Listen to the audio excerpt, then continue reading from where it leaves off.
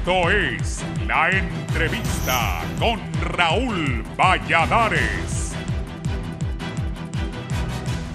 El vicepresidente de Estados Unidos, en una comunicación vía teléfono con el presidente de la República, Juan Orlando Hernández, reconoció los esfuerzos nacionales para evitar la salida de caravanas, viajeros indocumentados al norte del continente, poniendo de manifiesto los riesgos inimaginables que los migrantes enfrentan en el viaje. La comunicación telefónica permitió un diálogo franco, abierto y respetuoso, en el que abordaron la sólida relación de amistad entre ambas naciones y los esfuerzos palpables del gobierno hondureño en prevenir los riesgos a los que se integran a las caravanas migrantes que el Estado denuncia preparan organizaciones dedicadas al tráfico de personas. Ambos dignatarios reafirmaron compromisos binacionales recíprocos para profundizar acciones integrales para detener la migración irregular, señala el Ejecutivo de Honduras. Los dignatarios no dejaron de lado el drama humano que dichos desplazamientos generan, abordando el sufrimiento y la pérdida de vidas por esta causa, en la que los organizadores únicamente buscan beneficio económico o político. Asimismo, analizaron el drama de decenas de familias de ambas naciones por el accionar delictivo de maras,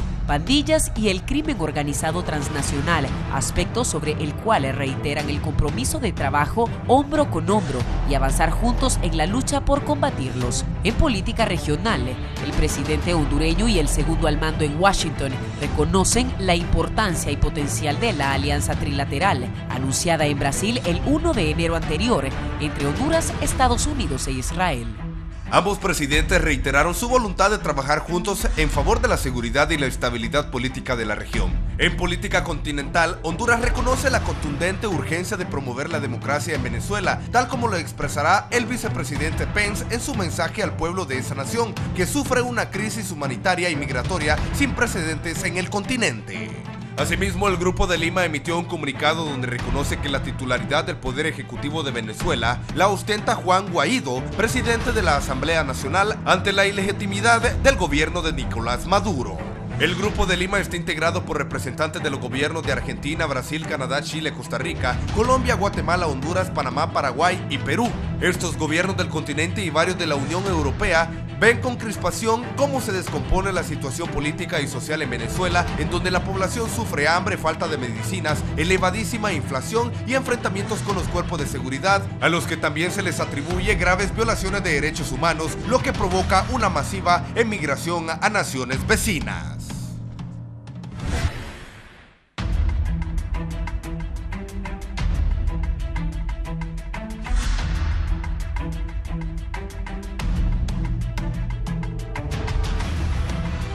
Buenos días, bienvenidos a la entrevista, es un gusto saludarles.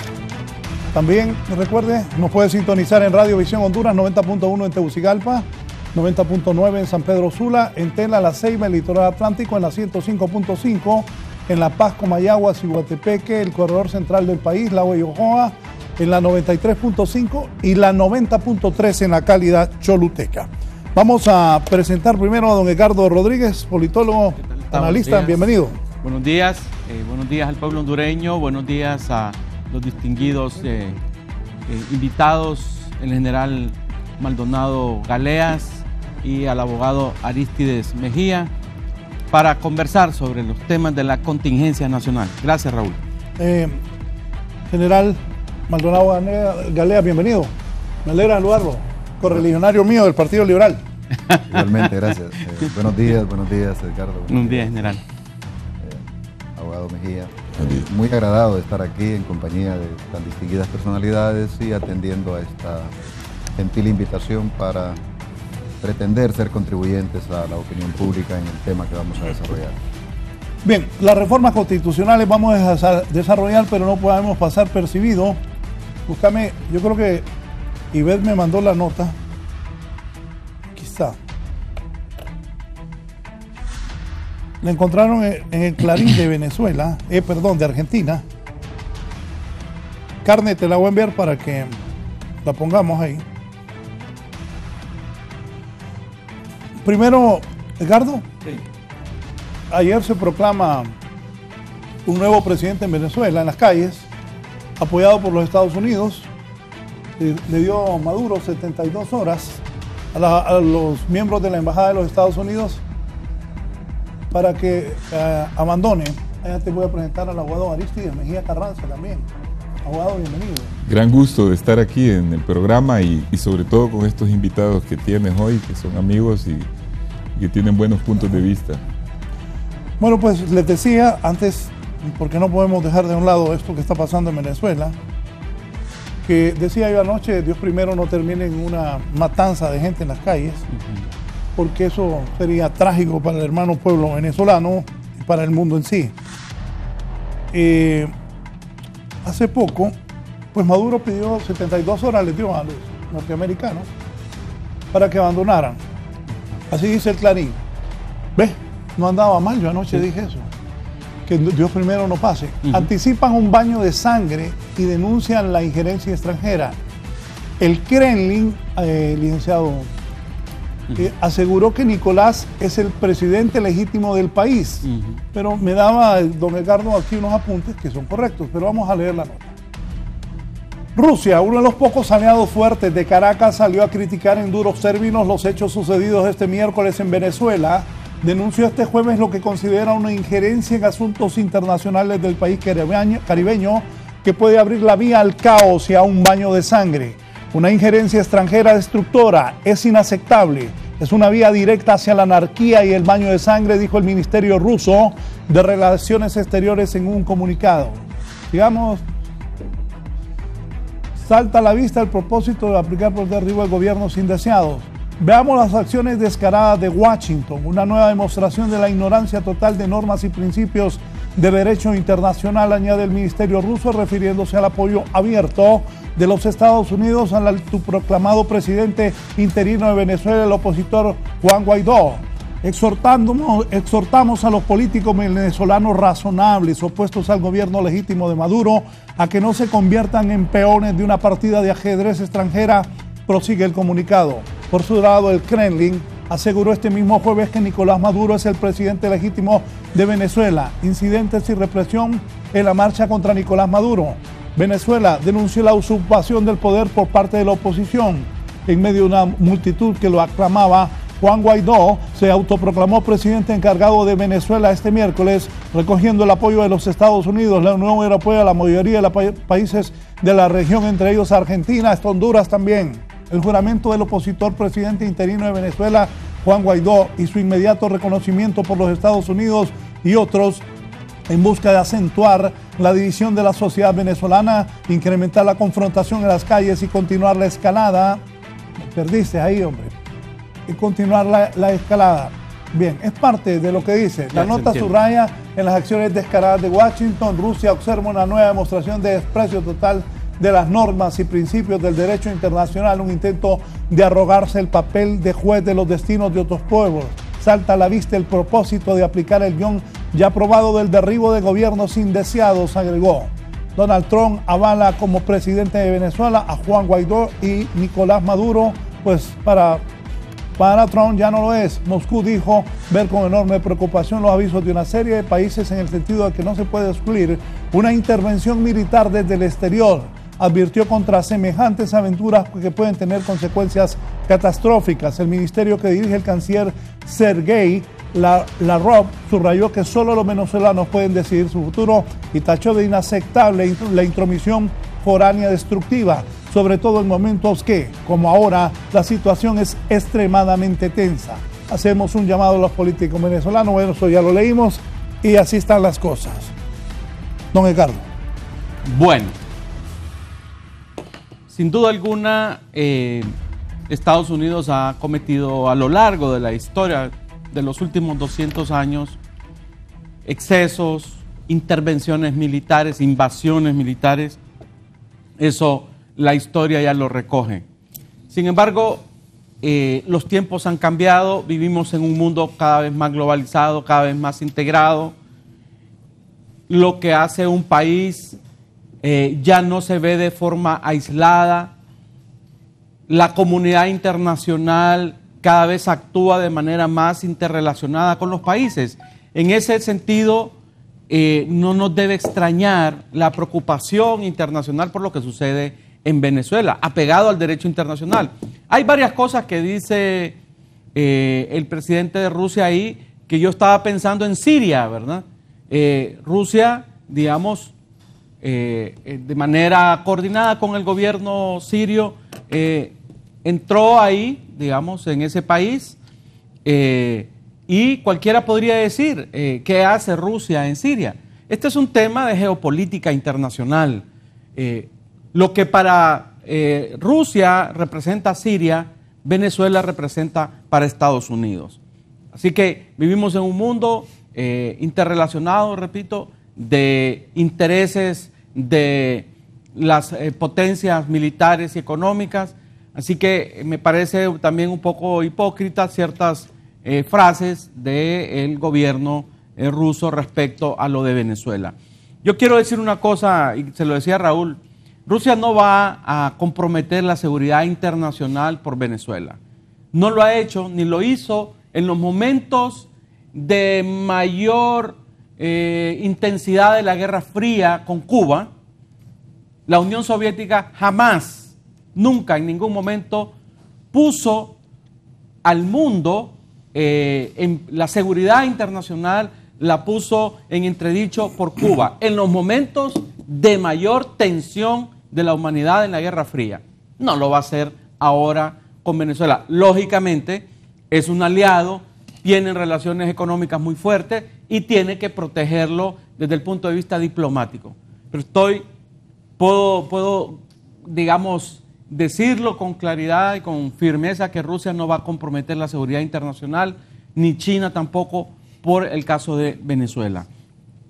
Creo que es una situación lamentable. Además, es una situación que se ha ido trabajando desde el punto de vista del derecho internacional.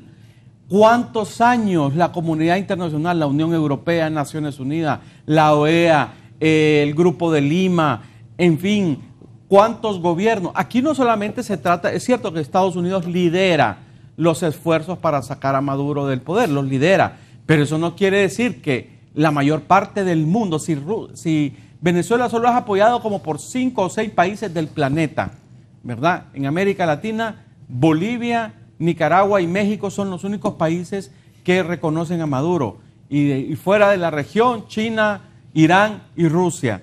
Entonces, es un régimen totalmente deslegitimado, fuera de la ley, que se ha sostenido con la fuerza de las armas y reprimiendo, asesinando, encarcelando a la oposición. Entonces, se han seguido los pasos del derecho internacional en el caso de Venezuela, pero ha sido imposible, y más bien se ha agudizado más la crisis humanitaria, económica y social de ese país.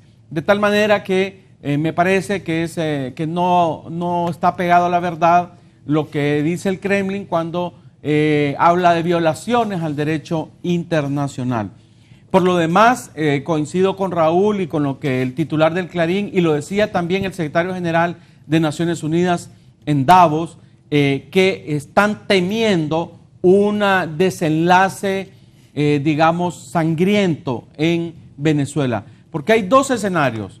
El escenario que toda esta acción política y social que se está haciendo en los últimos días y especialmente a partir de ayer, todo esto obligue o genere, digamos, una sublevación de los mandos intermedios o de algunos mandos militares en Venezuela, cosa muy difícil porque la inteligencia cubana tiene bien, digamos, controlado todo el aparato militar y de seguridad de Venezuela y ellos están encima de cualquier tipo de levantamiento.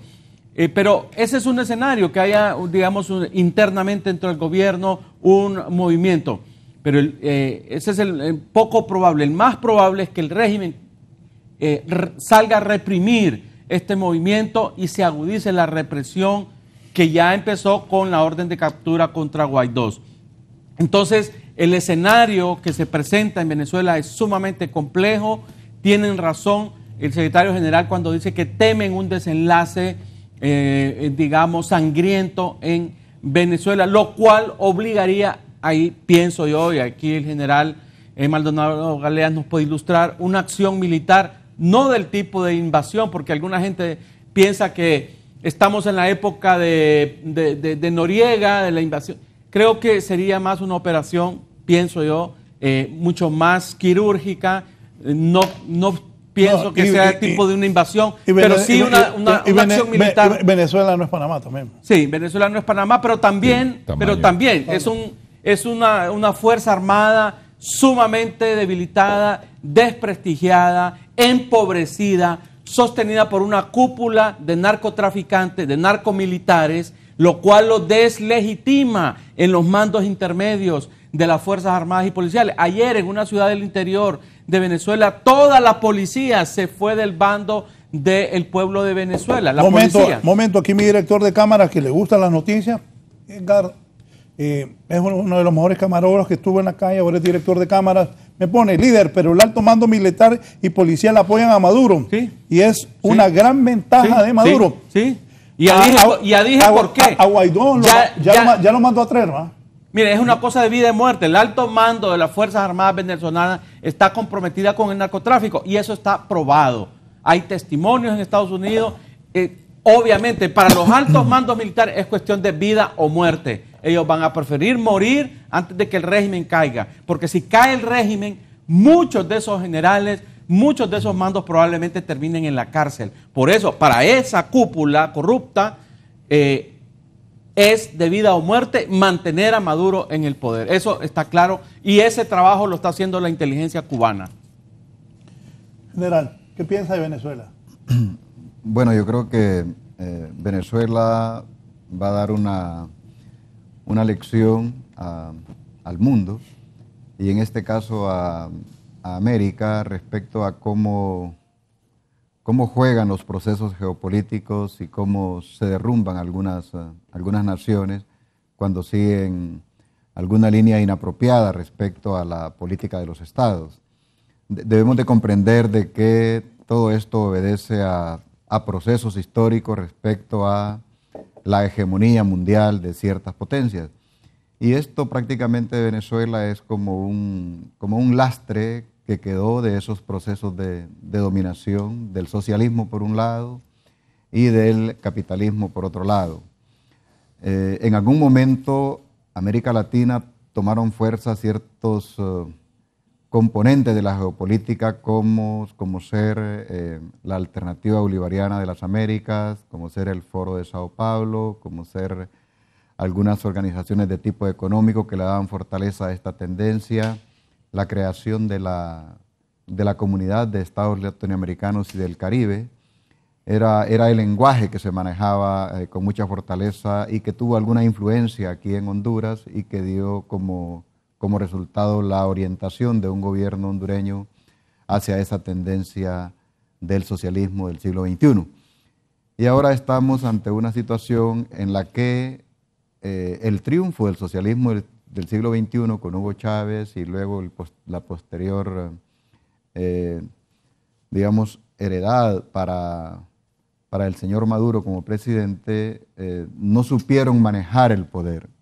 Se trata de que tanto estos modelos de dictaduras de derecha como de dictaduras de izquierda, cuando están en el poder, desfiguran toda la aspiración que tienen los pueblos para poder vivir en un modelo democrático, en un modelo de desarrollo, y los absorbe tanto el egocentrismo, tanto la centralización del poder, el populismo y otras figuras que van afectando.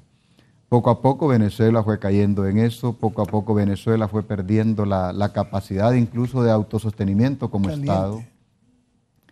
Fue modificando su quehacer como Estado, como pueblo. Muchas figuras fueron dominando el poder. Las Fuerzas Armadas cayeron en un proceso de degradación institucional en el sentido de pasar de tener una filosofía para la defensa y la soberanía de un Estado a servir en este caso al presidente Chávez, ahora a Maduro, en un proyecto político de continuismo en el poder. En este sentido, yo puedo apreciar de que las Fuerzas Armadas podrían presentar alguna fisura en Venezuela, Estoy de acuerdo. Si bien es cierto, el alto mando militar, el ministro de Defensa ya expresó y que ahora hay una línea para la aplicación de la ley, de lo que manda la Corte respecto a este tipo de acciones, de ordenar la captura del señor Guaidó, del presidente encargado. No todo el estamento militar en Venezuela está con esto. Y yo creo que las Fuerzas Armadas de la República Bolivariana de Venezuela van a tener un momento de reflexión. Solo un dato para su análisis. Sí. La cuota militar en el Ejecutivo en Venezuela fue de 25% en el tiempo del coronel Hugo Chávez, 1999-2013. Chávez, amigo de Tito Mejía, por cierto, me acuerdo cuando estábamos ahí en Venezuela. Con Maduro subió al 43. Nunca fui. Ya había que... No, yo sí fui varias veces y hablé con Chávez muchas veces. Pero, en Nicaragua lo viste. ¿Y qué es que te pones rojo? ¿Qué es que te pones chela? En Nicaragua lo viste. Yo lo vi una vez en una reunión, dos veces hablé con él, correcto. Y cuando vino acá. En Managua, cuando andábamos pero ahí, en lo Venezuela viste. nunca fue. 43.7%, le estoy molestando a Tito, pero sí vio a Chávez en Nicaragua. Subió al 43.7% en el 2017 y hoy se ubica en el 26.4% según la ANG en un control ciudadano.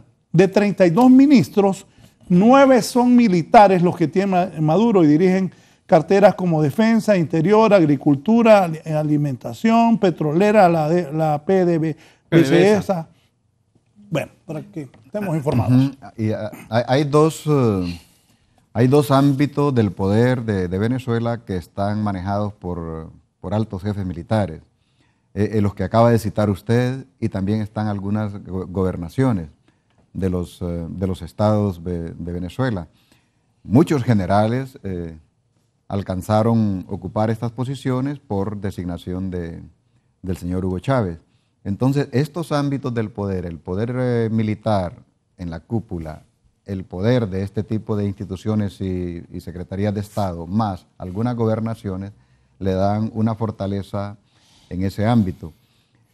Sin embargo, el nivel más abajo que corresponde, digamos, al ejército y algunos comandos territoriales que tiene Venezuela, yo creo que por ahí podría venir alguna debilidad, alguna vulnerabilidad de parte de los líderes de esos comandos operacionales, debido a que también hay una condición en el soldado universal, de que se forma para la defensa de un Estado, para la soberanía, tiene una amalgama de valores que le dan sostenibilidad y que también hay una responsabilidad en que las Fuerzas Armadas de Venezuela dejen ese marco de politización para el servicio de una causa, de una persona, etcétera, para pasar a un servicio nacional. Esa es una teoría, es una filosofía de vida. Y yo creo que es un momento también de reflexión y también son los flancos vulnerables, por decirlo de esa manera, que tiene el ejército de Venezuela. Lo que hay que ver ahora es, en el escenario, cuáles son las fuerzas a favor de Maduro y cuáles son las fuerzas a favor del presidente Guaidó. Y cómo juegan este tipo de fortalezas.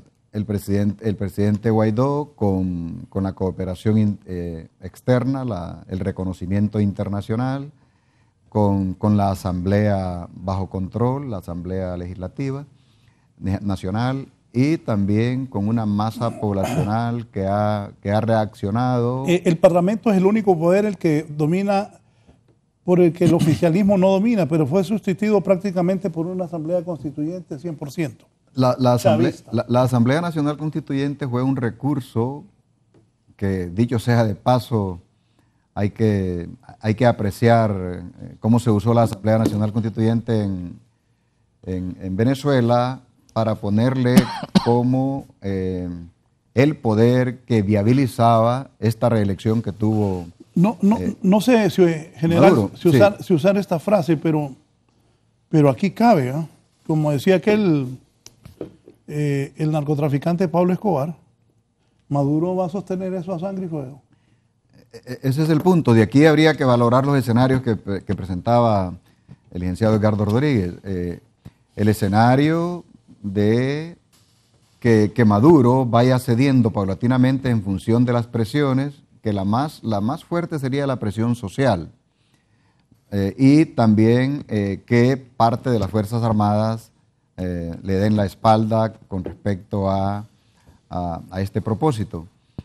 Y la presión internacional, presión social, una fracción de las Fuerzas Armadas que se pudiera inclinar a favor de Guaidó, pudiera desbalancear el poder y hacer una dimisión forzada.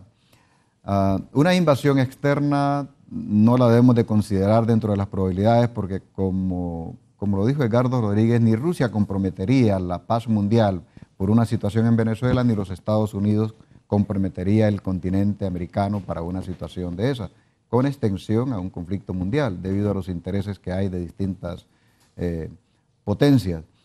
El baño de sangre interno sí es otra probabilidad, y ahí sí yo la veo muy factible. ¿Y qué le diría? Desgraciadamente, en este momento es lo más cercano. Sí. Un baño de sangre. Interno. Un baño de sangre interno. Hay 175 detenidos ya. Solo ayer hubo 17 muertos asesinados por la policía y los militares venezolanos en las protestas. En un día, 17 asesinados a balazos por la policía y el ejército, sí, en distintas ciudades de Venezuela. La Fuerza Armada Bolivariana, aparte de tener las 3 fuerzas convencionales de lo que son las Fuerzas Armadas en el mundo, también tiene la Guardia Bolivariana Nacional. Y hay unas también milicias tiene también. las milicias Sí. nacionales. Es el modelo cubano. Sí, entonces las milicias nacionales tienen una ventaja a favor de Maduro, que es el control social. Y aparte de que son también reservistas combinados con voluntarios, es una militarización de la sociedad. Es correcto. Y están armados, o sea, con un arma en su casa. Sí. A propósito, es oportuno señalar para este lenguaje que se utiliza desde ciertos círculos políticos acerca de la militarización de las sociedades y que se habla de la militarización de Honduras. Los comandos insurreccionales. De los comandos insurreccionales. Pues son las copias de todos estos modelos. Y Hugo Chávez fue muy inteligente, muy sagaz de militarizar el poder superior, militarizar el poder ejecutivo, militarizar las gobernaturas y militarizar la sociedad. Aquí sí hay una realidad. En ese sentido hay una ventaja de Maduro respecto al control que pudieran ejercer las milicias nacionales en el ámbito social. ¿Y tú? Bueno, yo pienso que la situación hay que observarla de cerca porque se va a ir haciendo cada día más compleja. Igualmente pienso que el factor clave en este conflicto va a ser el ejército. Eso se pudo observar en la experiencia de las primaveras árabes. En los países donde salieron multitudes, acuérdense que en Egipto hubo una manifestación de 1 millón de personas. Pero Mubarak cayó hasta que el ejército le dijo que ya no lo iba a apoyar. Y lo mismo en Túnez y lo mismo allá con Gaddafi. En Libia. Y no así en Siria. En Siria el ejército se mantuvo leal y apoyado por los rusos para mantener al régimen y todavía llevan 10 años y miles de muertos y miles de tragedias y ciudades destruidas. Y ahí está el gobierno en su posición. O sea que el factor determinante para que un gobierno con las características que ha descrito aquí el general y también Edgardo, de alta militarización, de control territorial, etcétera, es una combinación de la presión popular que haga que un sector del ejército pueda ponerse del lado de la manifestación contraria y derribar el poder político. Ese es un factor. Ahora, el juego geopolítico, vamos al juego geopolítico. Yo creo que el problema de este régimen que ya dura 20 años no se inicia con Maduro, como se ha dicho, se inicia con el propio Chávez. Así es. Aquí hay un error, hay mucha gente que tiende a decir, miren, es que Maduro fue mal gobernante y tal. Ya había en sus orígenes, lo que pasa es que Chávez era un político mucho más hábil. Como dijo Raúl, nosotros pudimos conocerlo porque Mel mantuvo relaciones con todos los gobernantes de América Latina y finalmente se inclinó por esa tendencia de Chávez, cosa que ambos, y con Milton Jiménez, nosotros yo me acuerdo una le vez pedíamos que no lo hiciera. Me voy a recordar una anécdota. Estábamos en Nicaragua, andaba don Antonio Ortiz Turcios, tengo la foto ahí. Sí, en una celebración del Frente Sandinista. Del Frente Sandinista. Sí. Estaba Gianni Benjamín Rosenthal, el abogado Aristides Mejía, Milton Jiménez Puerto, Patricia Rodas, estaba yo, Roland creo que andaba también, estaba Chávez, estaba Evo, Correa, y entonces le dice, y la mera ñangarada, en la mesa principal estaba Mel, Tacha, montándole casino a los Estados Unidos todos. Y le escribe César Rosenthal a Yanni. Oíme, Yanni, salite de ahí, hombre. Solo la ñangarada está ahí. ¿Te acordás de Otito? Sí. Sí, me acuerdo. ¿Y se salió? ¿Y se salió? No se salió. No, si está emocionado. Cosas de jefe de Estado. Ahí tengo una foto. Y hay que decir una cosa. Yo creo que el régimen se mantenía, porque mire, cuando Chávez muere, ya la economía va para abajo. Sí. Hay problemas de abastecimiento eléctrico. Hay problemas enormes con la producción agrícola e industrial porque han nacionalizado muchas empresas y han tenido ya la reacción del empresariado. Pero el magnetismo y la fuerza de liderazgo de Chávez, y todavía había precios altos en el petróleo, le mantenía con una vigencia muy grande en América Latina, porque acuérdense que ayudaba a los países de América Latina con sus programas de ALBA y con el programa de Petrocaribe, que era crédito para los países del Caribe y todo, que son votos con los que cuenta Venezuela todavía allá en la OEA. Es decir, esos países del Caribe que se han visto beneficiados, esas pequeñas islas del petróleo venezolano, votan a favor en la OEA de las posturas de Venezuela. Todo ese andamiaje se empezó a venir abajo ya estando Chávez, porque la producción petrolera empezó a bajar ahí, porque no hubo reinversión en la infraestructura petrolera y la producción a este momento se ha disminuido ostensiblemente. Es decir, la producción anda en el nivel más bajo y el precio del petróleo también se hundió. Entonces, eso generó en el cambio de gobierno un desastre económico sin precedentes en Venezuela. Yo creo que es también importante decir que no podemos nosotros, desde el punto de vista de que somos hondureños, pasar por alto que hay un paralelismo entre todos los regímenes que son autoritarios, antidemocráticos, corruptos y que tienen problemas de narcotráfico. Hay muchas cosas que están pasando allá que suenan igualmente acá. El autoritarismo del gobierno, la eliminación de los poderes, la independencia de los poderes, la falta de legitimidad de origen, que es lo que ha ocasionado esta situación política de hoy en Venezuela, que es las elecciones cuestionadas del año pasado, donde no participó la oposición, que se adelantaron y que ya había el régimen anulado el poder de la Asamblea Legislativa en manos de la oposición a través de una elección de una constituyente. Esa sensación que tuvo el pueblo venezolano de fraude es la misma que tiene el pueblo hondureño. Hay un 80%, según las estadísticas que están mostrando varias fuentes, de la población de Venezuela que está queriendo un cambio. Pero ¿cuál es la situación? Hasta el día de ayer, ninguno de los líderes opositores reunía más del 25% de ese respaldo. Es decir, hay un 80% de gente que quiere que el régimen se vaya, pero nadie endosa en una cantidad superior a 25% a ninguno de los líderes.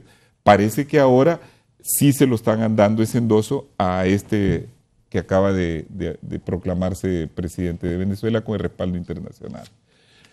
Lo mismo, estoy estableciendo un paralelismo, que no todo es igual, por supuesto, con Honduras.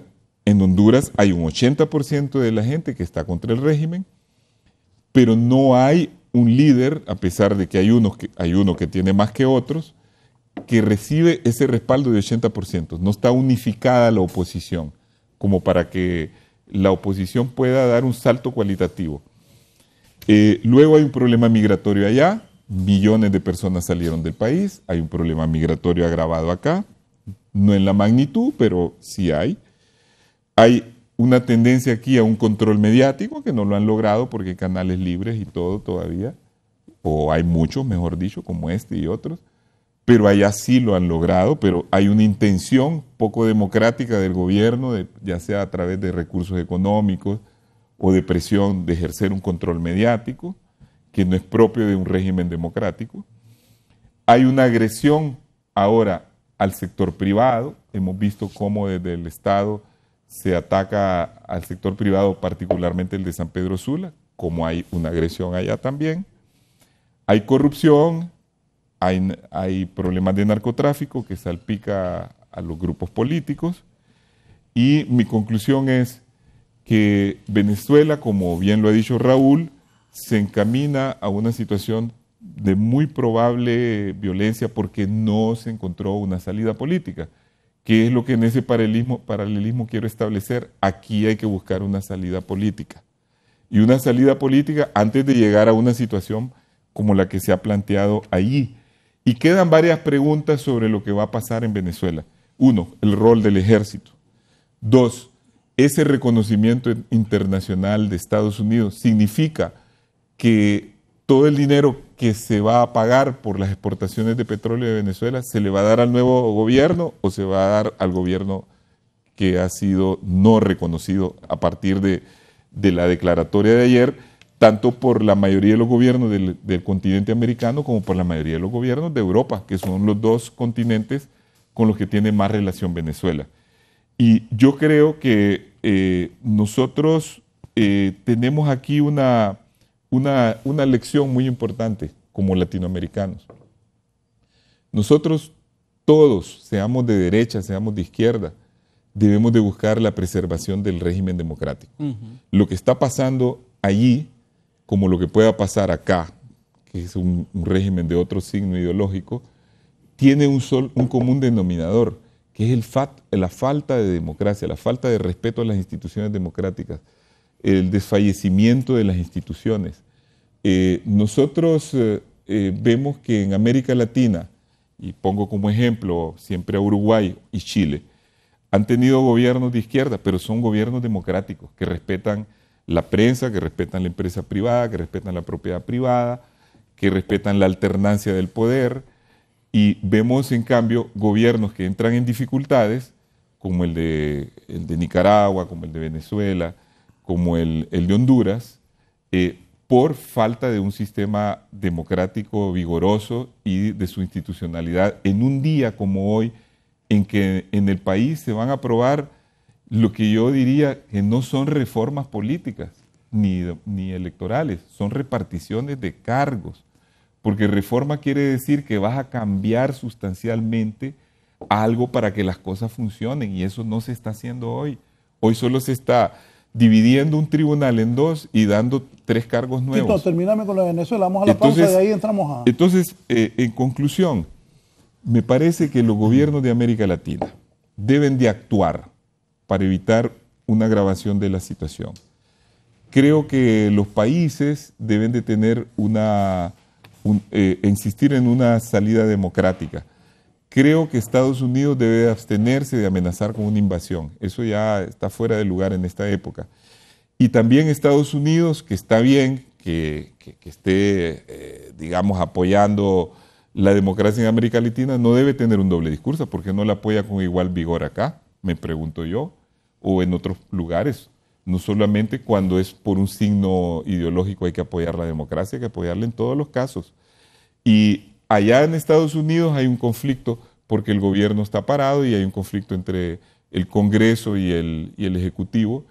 Y en la CNN hoy estaban en la mañana diciendo si esto no va a ser utilizado por Trump como un distractor a sus problemas domésticos. Entonces también ven que este juego geopolítico incluye todos los países. Nosotros creo que cuando estuvimos en el gobierno con Raúl, Estábamos de acuerdo en los 2 primeros años del gobierno de presidente Zelaya que mantuviera una relación cordial con todos los países de América Latina y con Estados Unidos, que es el país más importante para Honduras, en lo económico, en lo migratorio, en lo político. Ese equilibrio creo que hay que mantenerlo, y hay que mantenerlo para toda América Latina. Me parece que hay una relación biunívoca entre Estados Unidos y América Latina, que es donde debemos encontrar la solución sin la intervención de potencias extrarregionales como podría ser Rusia o China. Bien, voy a hacer una pausa, un momento continuamos desde la entrevista.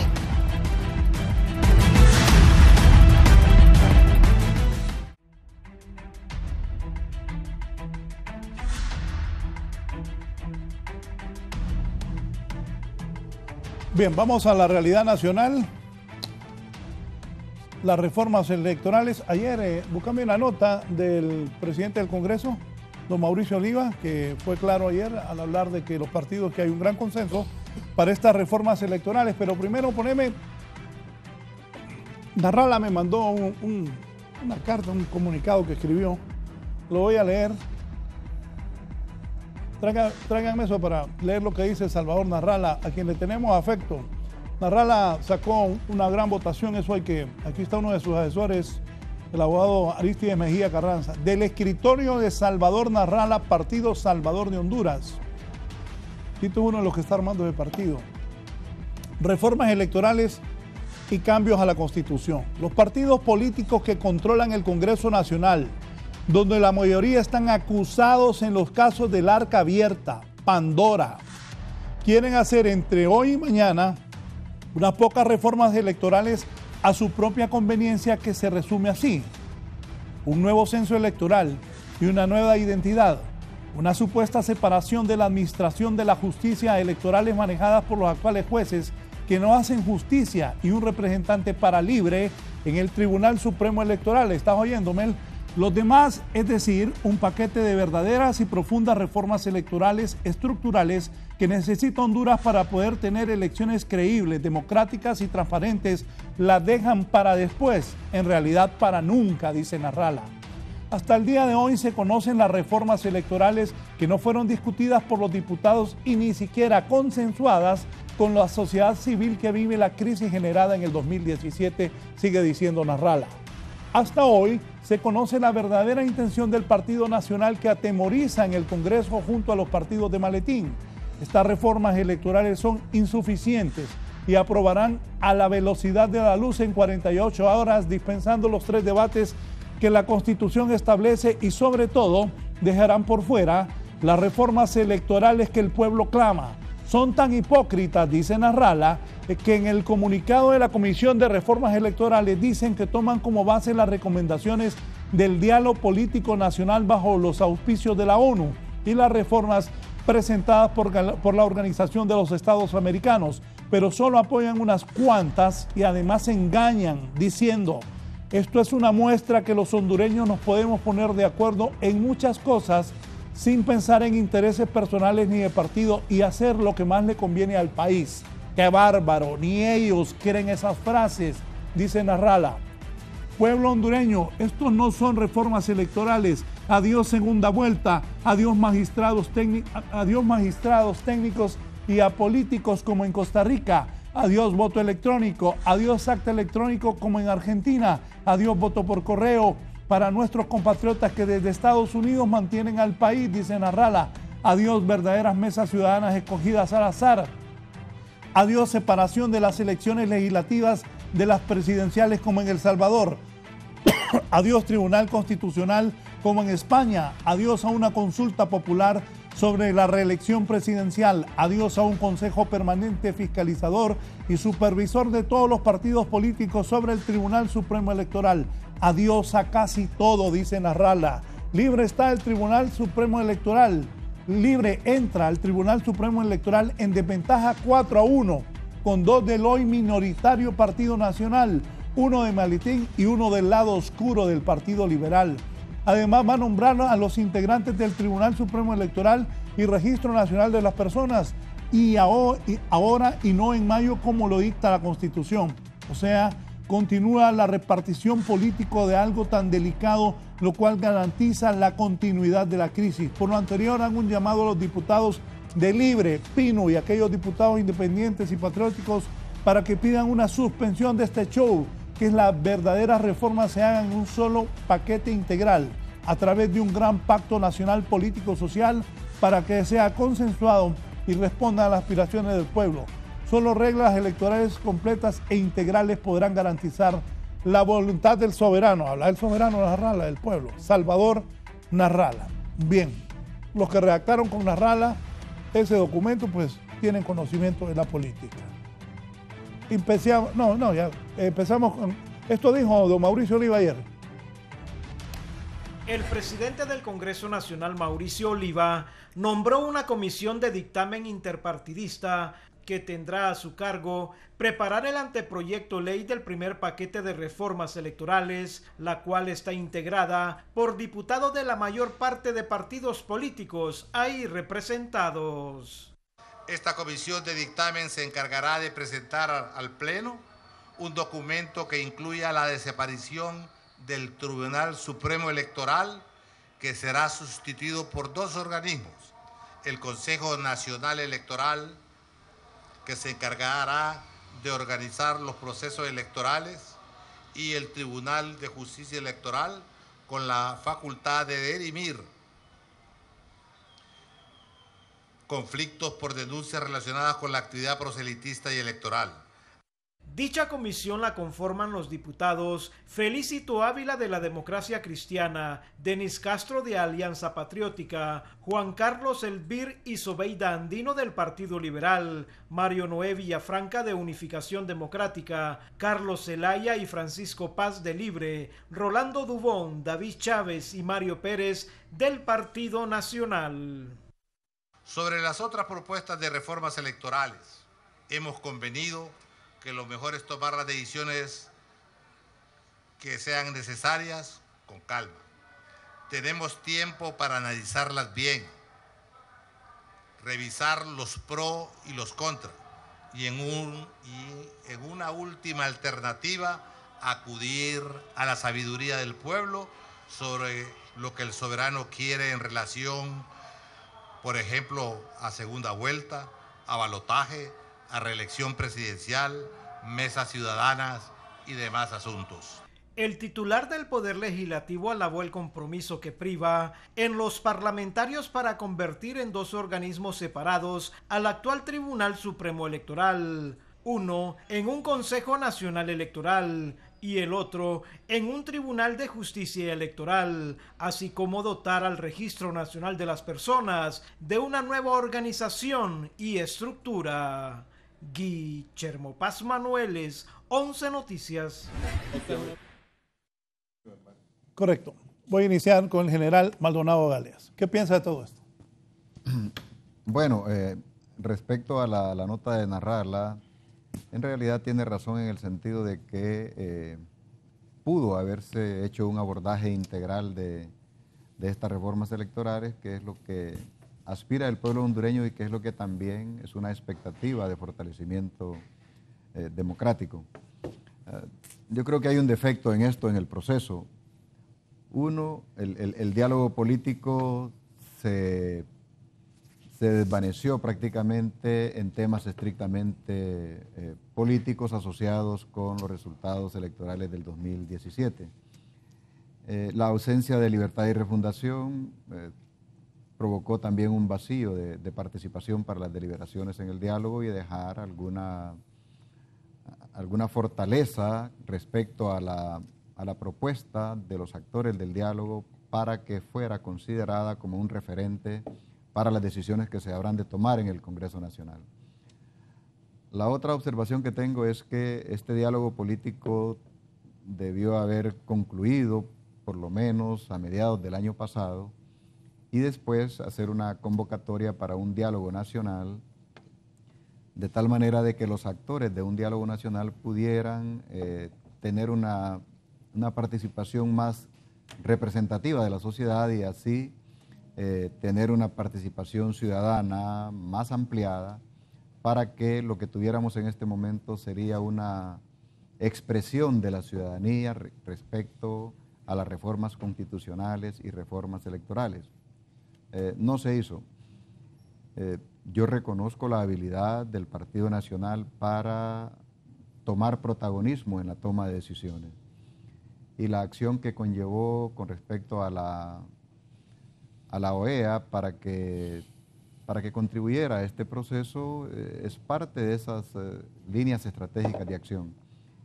El debilitamiento del Partido Liberal por el fraccionamiento interno, que no es un fraccionamiento sustancial en términos de que haya un acuerpamiento a un lado y al otro, sino que más bien lo veo yo más individualizado que otra cosa, pero sirvió para que el Partido Liberal no tuviera una postura institucional al momento de iniciarse este proceso.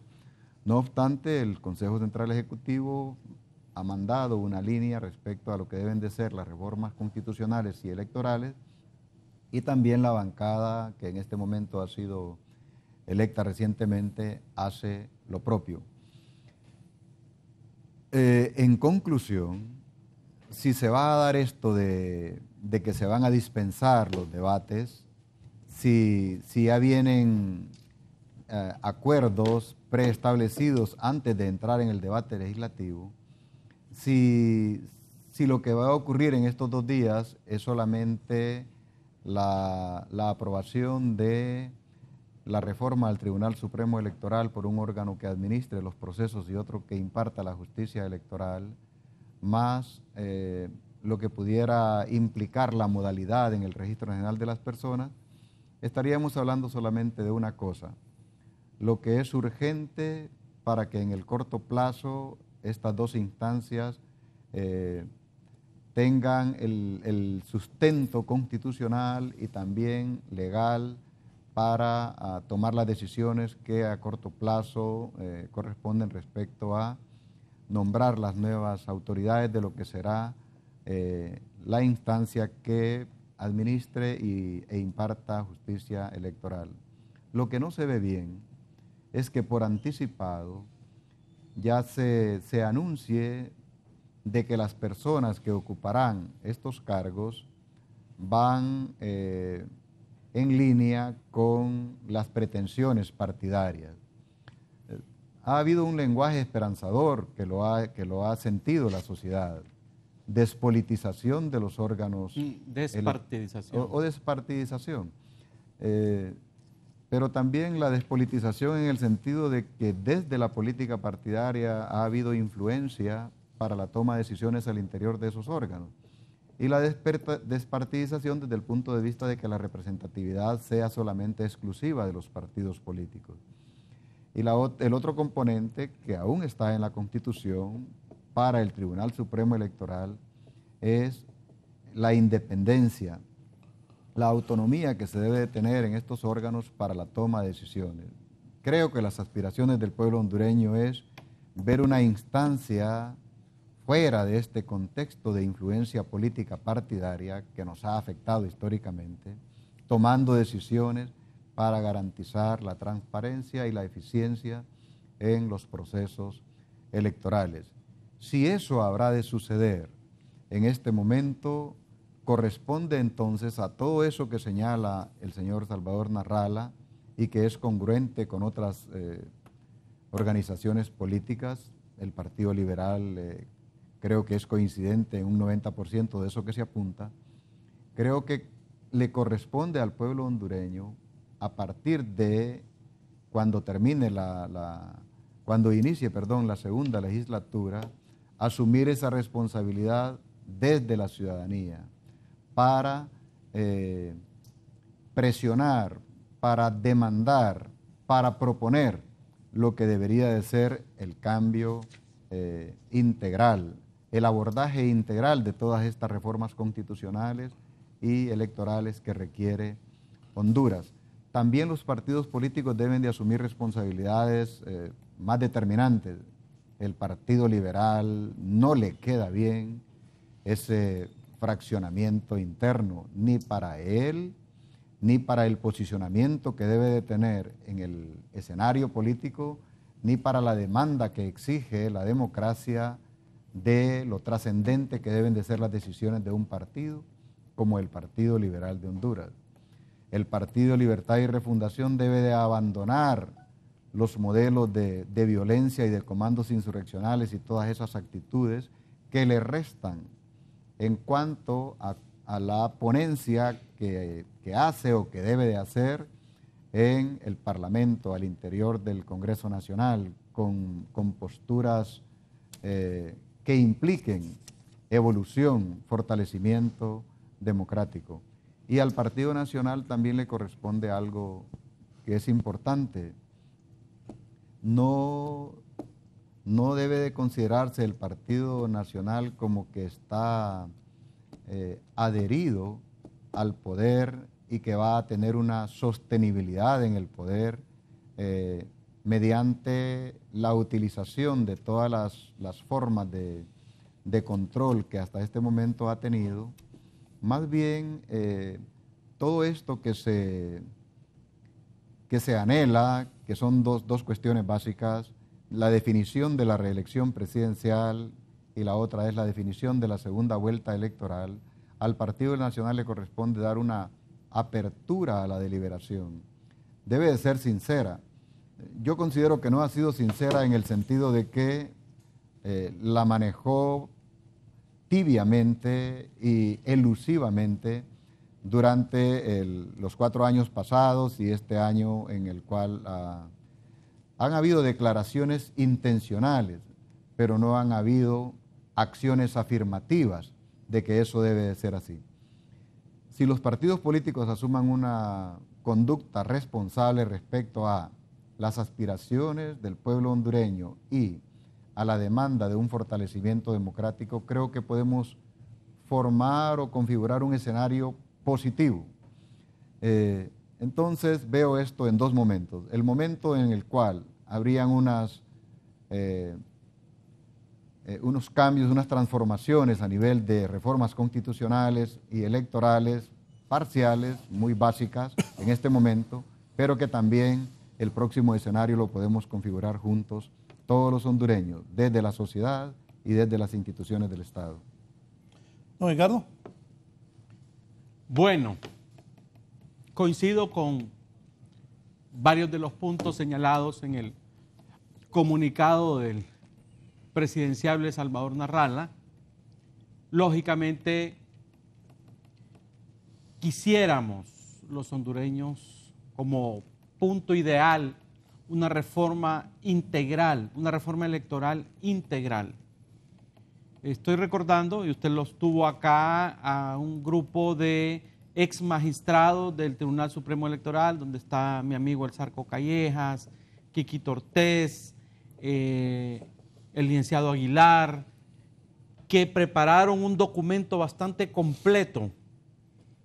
Yo tuve muchas pláticas con El Zarco Callejas, a quien saludo a la distancia, bastante bueno, donde ellos fueron viendo detalle por detalle, incluso la elección de los alcaldes, inconsistencias que hay actualmente en la ley electoral. Hicieron un trabajo muy serio estos ex magistrados y se lo presentaron al Congreso Nacional. Ese trabajo recoge, diría yo, las aspiraciones democráticas a las que se refería el abogado Aristide Mejía cuando decía que lo que necesitamos en América Latina y en Honduras es más democracia. Estoy totalmente de acuerdo con eso. Esa es la máxima aspiración, haber hecho una reforma integral. Yo lo vengo diciendo desde el año 2013 que se estaba hablando de reformas. No se hicieron para las elecciones del 2013, no se hicieron para el 2017 y ahora se hacen reformas a medias. Ahí discrepo un tanto con el comunicado y con las posiciones de algunos miembros de la oposición. Discrepo porque no es menor lo que se va a hacer, no es menor. Separar la acción de conducir y organizar el proceso electoral de lo que es la justicia electoral es un paso importante, muy importante. que lo tienen las democracias más sólidas de América Latina. Separar la función de organizar, dirigir y supervisar los procesos electorales de la función de impartir justicia electoral es importante. Yo he dicho que el otro paso no se va a dar. El otro paso que sería fundamental para la democracia electoral en Honduras sería despartidizar los órganos electorales. Y esto hay gente que dice, pero ¿y cómo? Si no se puede despolitizar. Es que yo no estoy hablando de despolitizar. En la práctica democrática no se puede despolitizar un órgano político por naturaleza. Y sí, lo que decía el general Maldonado Galeas es despolitizar en el sentido partidista. Ese es uno de los daños, yo le llamo el pecado original en Honduras. Desde 1980, que volvimos a los regímenes democráticos, el pecado original ha sido integrar los órganos electorales con activistas de los partidos políticos, con personas que no van ahí a representar el interés nacional, sino el interés particular de los partidos. ¿Y quiénes han sido esas personas?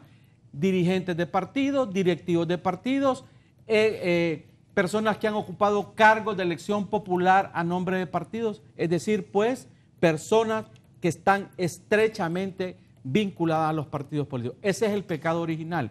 Lamentablemente, las fuerzas de oposición, y me tengo que referir aquí a Libre, han presionado durante muchos años para tener su representante ahí.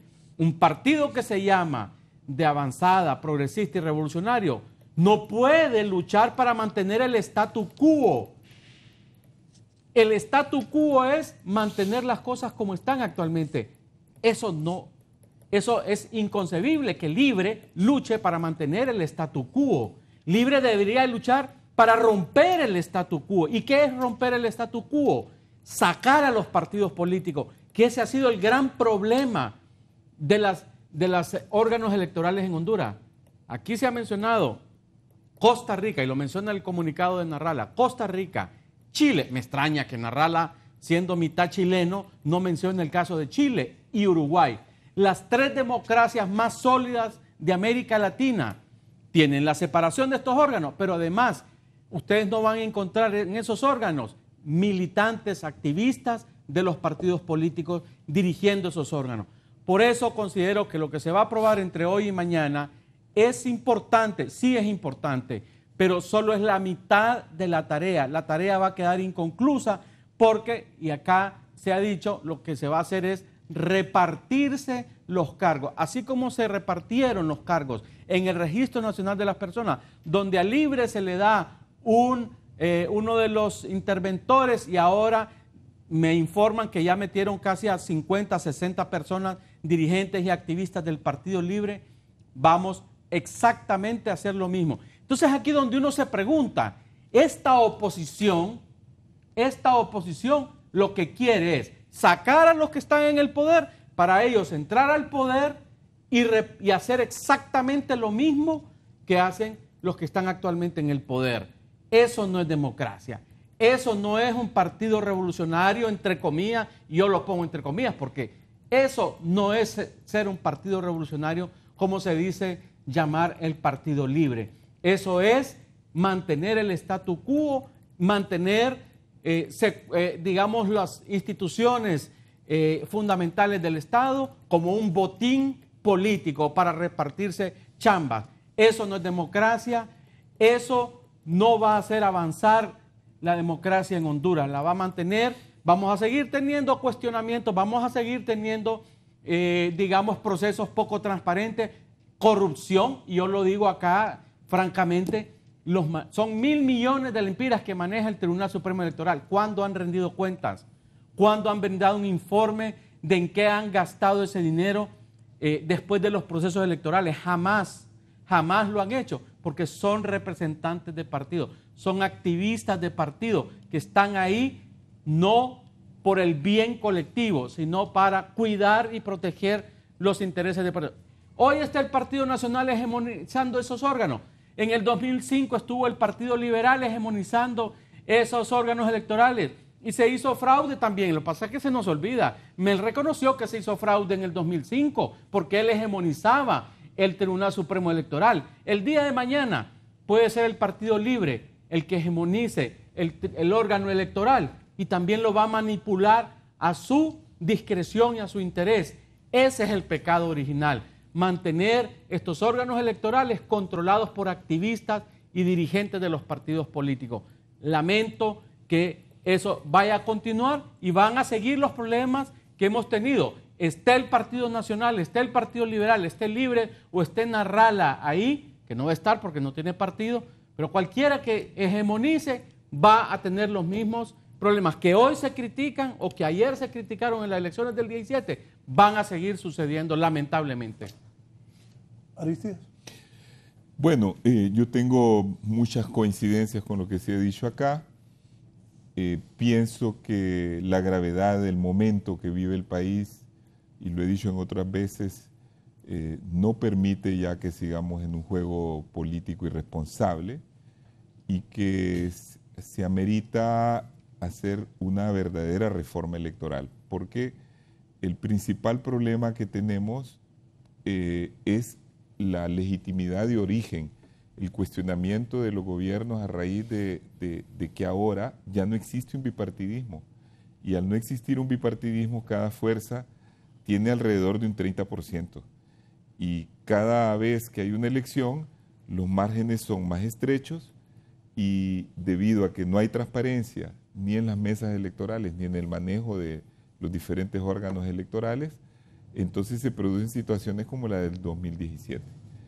Y venimos arrastrando un problema desde hace ya 2 periodos. Acuérdense de 2012, acuérdense de 2013, ahora se suma 2017. Queremos entonces tener lo mismo para el 2021. Entonces creo que la carta que ha enviado Salvador es una carta donde pone exactamente en blanco y negro qué es lo que se debió haber hecho. Esa carta es el producto de una reflexión que ha tenido Salvador con su equipo. Hemos estado discutiendo sobre esos temas. Como lo ha dicho aquí Edgardo, se presentó coincidentemente con esos puntos un proyecto por parte de varios expresidentes de tribunales electorales anteriores de diversos partidos. Estaban ahí gente de 2 representantes del Partido Nacional, un expresidente que actualmente está en Libre, estaba Quiquito, que fue presidente por el Partido Liberal, y estaba yo, que represento a Salvador Narrala ahora. No lo representábamos a los partidos en eso, pero lo hicimos como un gesto de ciudadanos conscientes de que teníamos que dejar de lado nuestras diferencias políticas, de lado nuestros intereses particulares partidarios. ¿Usted estaba en ese grupo? Yo estaba en ese grupo, no claro, sabía. Para proponer verdaderas reformas. Verdaderas reformas que incluían todo eso. Y hemos visto cómo en la negociación que ha habido se ha dejado de lado lo esencial de esa reforma, porque los 2 problemas más grandes ahorita son la segunda vuelta y la mesa electoral. La mesa electoral, que todos sabemos que está manejada por representantes de partidos que llevan instrucciones de cómo ganar la elección a cualquier costo. Y necesitamos pasarla a un control ciudadano, que es lo que se hace en la mayoría de los países. ¿Y ese control ciudadano cómo se hace? Pues muy simple, se agarra la lista de cada cantón electoral, es decir, de cada mesa electoral, y de esa lista se sacan en forma aleatoria, por azar, 3 personas, una que va a ser el presidente, otra que va a ser el secretario y otra el escrutador. Y que siempre van a estar los partidos ahí, ¿verdad? O sea, y los partidos van a estar supervisando. Pero no solitos. Pero no solos, porque los partidos lo que hacen es designar fiscales que observan el proceso y que firman al final el acta. Entonces no es que los partidos van a estar excluidos, más bien lo que se va a buscar es responsabilizar a ciudadanos que van a ser debidamente entrenados por el tribunal, cuyos nombres se van a conocer y que van a tener una responsabilidad más directa que la que puedan tener la de los partidos, que a última hora trafican con credenciales y a última hora ponen los nombres de las personas que van para las mesas y que nadie sabe hasta el día llegado quiénes van a ser los que van a estar representando en la mesa. Entonces, esa reforma no se incluyó. No se incluyó tampoco la reforma que ya mencionaron de despolitizar o despartidizar, mejor dicho. No se incluyó el problema del voto en el extranjero. No se incluyó el tema de la depuración total del censo, porque eso está mencionado como un trabajo que se va a hacer a través de la intervención de registro y de la nueva tarjeta.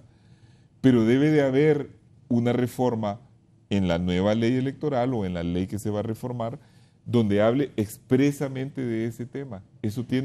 No se habló nada de un tema importantísimo en este momento, que es la fiscalización de los procesos electorales. Si uno de los grandes problemas es el dinero negro que entra a las campañas, ¿cómo hacer para reducir el tiempo de las campañas aún más y lograr también que haya un efectivo control sobre la fiscalización de las campañas políticas? Y así podemos enumerar una serie de temas que se han quedado por fuera y que las han postergado, pudiéndolas haber hecho ahora. Lo que quiere decir que esto, en resumidas cuentas, no son reformas electorales. Vienen a quedar simplemente en una repartición de cargos. Sí, la única pequeña reforma, que no es pequeña, como lo dijo Edgardo, es una reforma importante, pero no es trascendental, se separa las funciones del tribunal, pero lo que priva en esto que ha ocurrido es una repartición de cargos, sí, que no viene a solucionar. Viene a crear un mejor balance que el que ha habido, estamos de acuerdo, pero no es lo que Honduras necesita.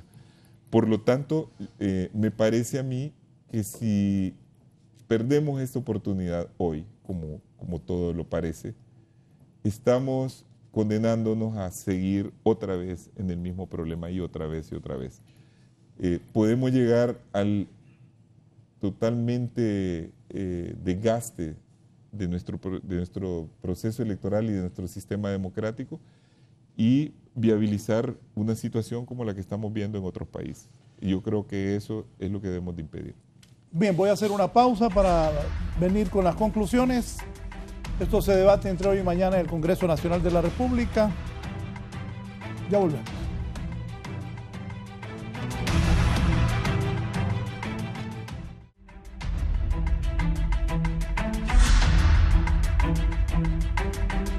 General, ¿qué es lo mejor para el país? Es como una especie de rectificación política y también un empoderamiento de la ciudadanía de las decisiones trascendentales del Estado. La rectificación política en el sentido de que jugamos demasiado sucio respecto a las grandes aspiraciones y no seguimos la hoja de ruta adecuada para lograr en determinados plazos fortalecer nuestra democracia, afianzar nuestro Estado de Derecho, seguir construyendo la República. No veo en ningún partido político esa responsabilidad, ni mucho menos en todo el sistema. Reitero y también lo reafirmo lo que han dicho mis compañeros de foro.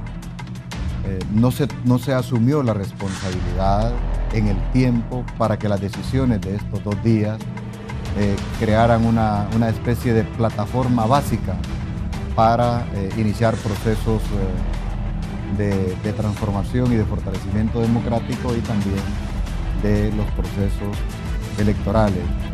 Si nosotros, después de esto, de lo que va a suceder hoy y mañana, creamos una apertura más amplia de participación para la toma de decisiones desde la ciudadanía en conjunto con los partidos políticos, creo que podemos crear un nuevo escenario más prometedor para Honduras.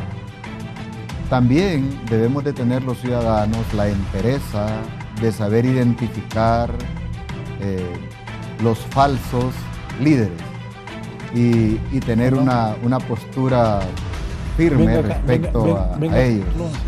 Hay un problema en Honduras y es que grandes masas de la población siguen a falsos líderes con propósitos que no son convenientes para la democracia. Y mientras las masas sean arrastradas por esos falsos líderes, entonces no habrá un consenso, una voluntad nacional que pudiera canalizar esa energía y esa voluntad del pueblo hondureño hacia mejores derroteros. Si habrán de tomarse decisiones en el Congreso Nacional, mi recomendación como ciudadano es que queden a nivel de la Constitución de la República como declaraciones afirmativas de carácter general con respecto a este órgano de el Consejo Nacional Electoral y el Tribunal de Justicia Electoral. Sustituyen al Tribunal Supremo Electoral, bien hecho, pero que sea una ley la que nos garantice por lo menos de que esa repartición de cuotas de poder que ya se está anunciando sea una ley la que regule eso. Ojalá y no introduzcan esa repartición en la Constitución de la República.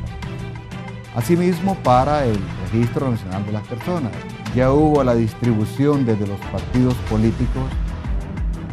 Juguemos limpio, reiniciando un nuevo proceso respecto al Registro Nacional de las Personas. No hablemos desde hoy de una ratificación de las 3 personas, que dicho sea de paso han mostrado eficiencia y también prospectiva respecto a lo que debe de ser el Registro Nacional de las Personas. Pero obedezcamos los procesos o creamos las normas adecuadas para que esta aspiración de despartidización de las instituciones públicas del Estado sea una realidad. Asimismo, la independencia para la toma de decisiones. Gracias, general. Aristis, tu análisis.